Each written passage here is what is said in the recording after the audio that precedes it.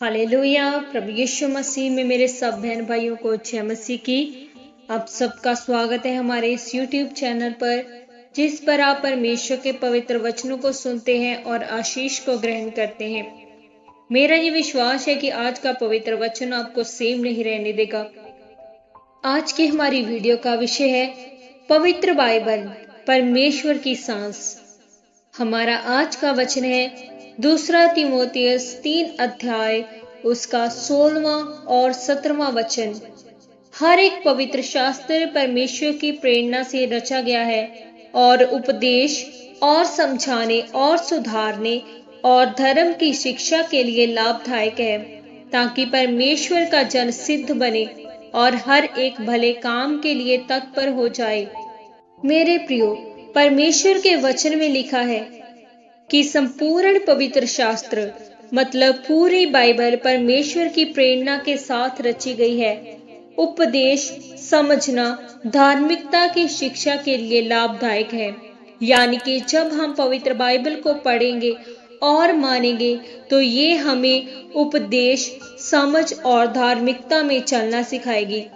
अगर हम इस वचन को इब्रानी भाषा में पढ़ें तो उसमें प्रेरणा को थियोपनोटोनस लिखा है, जिसका मतलब है डिवाइन ब्रीथ, मतलब जिसमें परमेश्वर की सांस फूंकी गई है।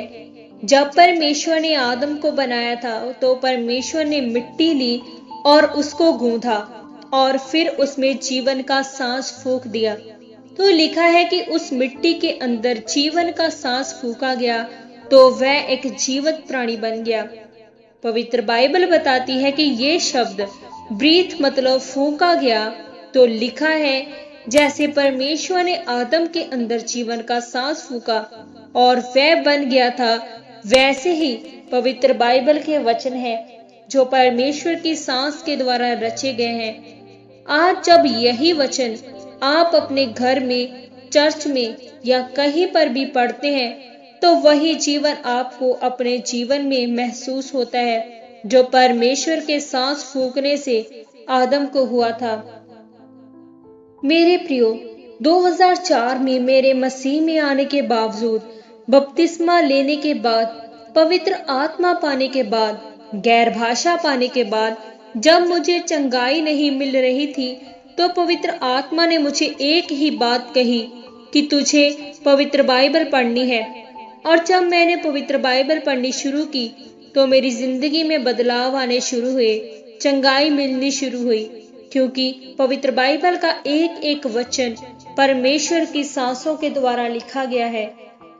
आज बहुत सारे मसीह लोग हैं जो अपने जीवन में संघर्ष करते हैं और उनकी आशीषें मरी हुई हैं और उनको कुछ समझ में नहीं आता और फिर वह परमेश्वर पर दोष लगाते हैं।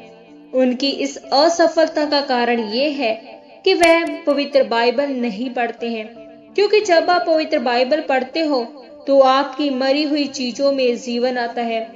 इसीलिए मेरे प्रियो, जब आप पवित्र बाइबल को पढ़ोगे तो आप अपने अंदर जीवन को महसूस करेंगे। चाहे आप अपने शरीर में कमजोर होंगे, पर जब आप पवित्र बाइबल पढ़ेंगे तो आप अपने अंदर प्राण, सांस और ताकत को महसूस करेंगे। याद रखें, पवित्र बाइबल परमेश्वर की सांस है, इसीलिए पवित्र बाइबल को रोज पढ़ें ताकि आप शारीरिक और आत्मिक दोनों रीति से जीवित रह सकें और परमेश्वर का जीवन आपके अंदर आए। इस वचन के द्वारा परमेश्वर आप सबको आशीषित करे। तो आइए हम सब मिलकर इस अंगीकार को करें। सर्वशक्तिमान परमेश्वर, मैं इस वचन के लिए आपका धन्यवाद करती हूँ। परमेश्वर, मैं अंगीकार करती हूँ कि मैं हर रोज पवित्र बाइबल को पढ़ूंगी और आपकी सांसों को अपने अंदर लूंगी ताकि मुझे जीवन मिल सके। प्रभु यीशु मसीह के नाम में, आमीन।